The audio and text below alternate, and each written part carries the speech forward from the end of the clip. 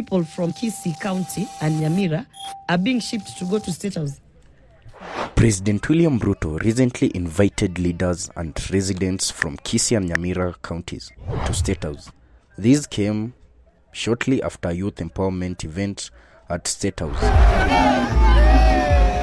where he addressed thousands of young people. The move is seen by many as a strategic way for the president to strengthen ties with the Gusii region. Ruto has often shown that he knows how to play his political cards well.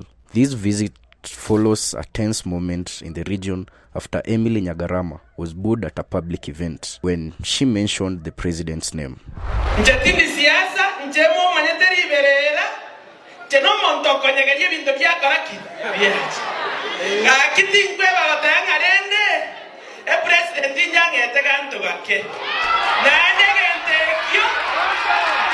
This invitation has also raised questions about whether the one-term narrative is still alive or is fading, or maybe it's in the minds of the voters. Meanwhile, Fred Matiang'i, who is associated with Rigathi Gachagua, a preacher for the one-term slogan, Matiang'i has made it clear he will be on the ballot in 2027. Partnership has unsettled the political landscape, especially since some of the same people who previously championed a one-term strategy are now advocating for 2 terms. For Ruto, the road to 2027 will not be easy. He faces the challenges of winning over regions that have historically been skeptical for his leaders, while also countering strong opponents like Matiang'i and Gachagua, who have their own loyal bases. The Kisii and Nyamira engagement is one of many moves he will likely make to secure political ground ahead for the elections. In the end, politics remains unpredictable. Alliances shift, narratives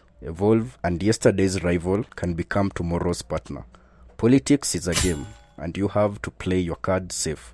Otherwise, usiweke kwa roho, weka kwa lungs. Maneno ya siasa kwa roho tafadhali.